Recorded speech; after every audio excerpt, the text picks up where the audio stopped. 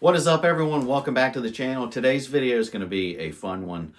I started making different parts for different builds that I was doing. That's kind of what actually started the channel on the firearm content stuff that it's pretty much all now. So I really enjoyed making different parts at the shop, testing different things. And as the channel got a little bit bigger, I didn't always have time to do that stuff. So every once in a while when I get a cool idea like this to do, I'm really excited about it, and at least some of you kind of enjoy that content. And most of these that I do, and there's a whole playlist, I think it's called Gun Parts here on the channel. You can check out all the videos of stuff that I've either modified or made. Most of it is, just for me. I've done a couple of pistol slide modifications, stuff like that, mounted optics. Done a couple of stuff like that for people that here watch the channel and reached out to me. I don't do it a lot. I have done it before, but most of the stuff like this that I do is just for me, just because it's fun and cool. And most of the stuff, it's not really worth selling because you can buy these parts already done and for a whole lot cheaper from other companies. Really, the only reason I do it is, one, because I can, and it doesn't really cost me anything because I do it at my shop. And it's just fun, and I enjoy it. And some of you actually think it's pretty cool and like watching the videos that we put out about it. So today's video is going to be on turning a standard safety selector into an ambidextrous safety selector. So what we're going to do is take two regular standard safety selectors, and we're going to cut the cam off of one, and the other one we're going to drill and tap a hole in the end, and the one that we're going to cut the cam off of, we're going to drill a hole in that and be able to mount it on the back end of the regular one to make it ambidextrous. Now, funny enough, I have no idea where I got this. It was just in my parts drawer, and I'm using it for this video because it's going to save me quite a bit of time on doing this. But this is pretty much a regular standard safety selector, not ambidextrous. And like I said, I don't know where this came from, but you can actually, for whatever reason, take the actual selector off of the cam. It's got a screw right in the end there. I don't know why you'd want to do that. It doesn't have any switch on the cam here to be able to put it on the other side and make it a 45 or whatever versus the 90 degree. I don't know why you can take that off. I don't know. But either way, I'm going to use it because it's going to save me a bunch of time. So we're going to take this screw out and take the actual selector off of the cam and disregard this cam. And then we're going to actually drill and tap a hole in this guy, which is the regular standard selector, and be able to make this ambidextrous selector. Just because I can and it's cool. So let's head over to the shop and see if we can pull this off.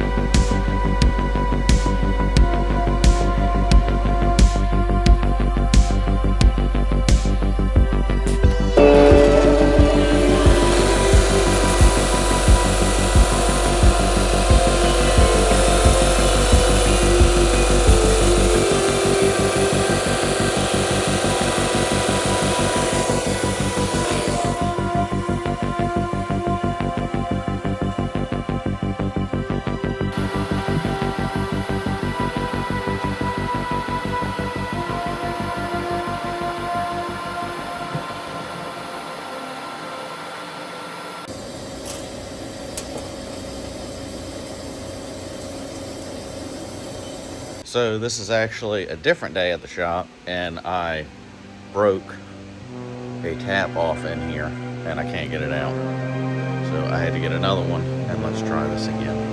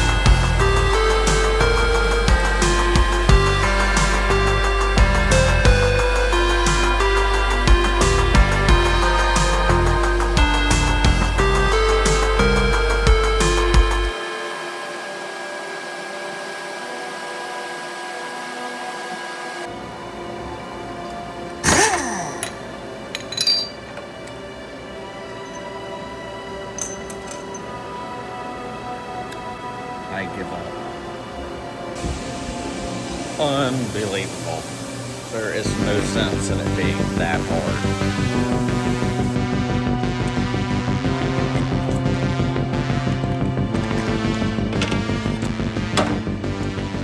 Trying to come down here and get away from the noise. So this is the first one that I drilled into it a little bit and then tried tapping it, and it was so hard it just snapped the tap. So then I got a new one, tried to do that, and it's just barely getting the coating off the surface, and broke my tap on the first one. Broke one end of my end mill on the first one, flipped it over, broke the other end of that. That's when I got this new one.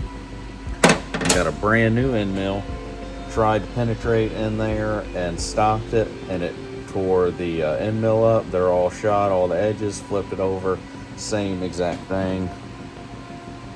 And this is all it did.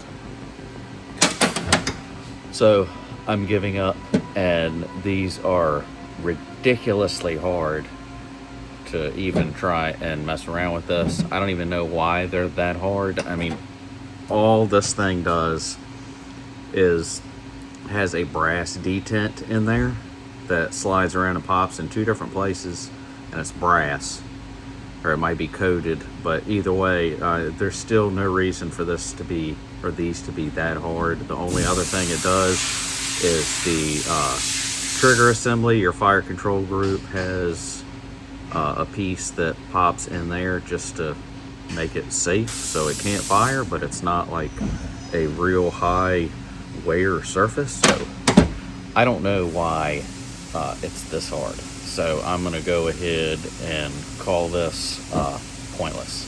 The only reason I was doing this is just for fun, just because I can, and just for a fun video, and it ended up turning into just craziness and breaking a lot of my tools that I have to replace now. So this is a FYI. These are extremely hard, and don't waste your time to do this.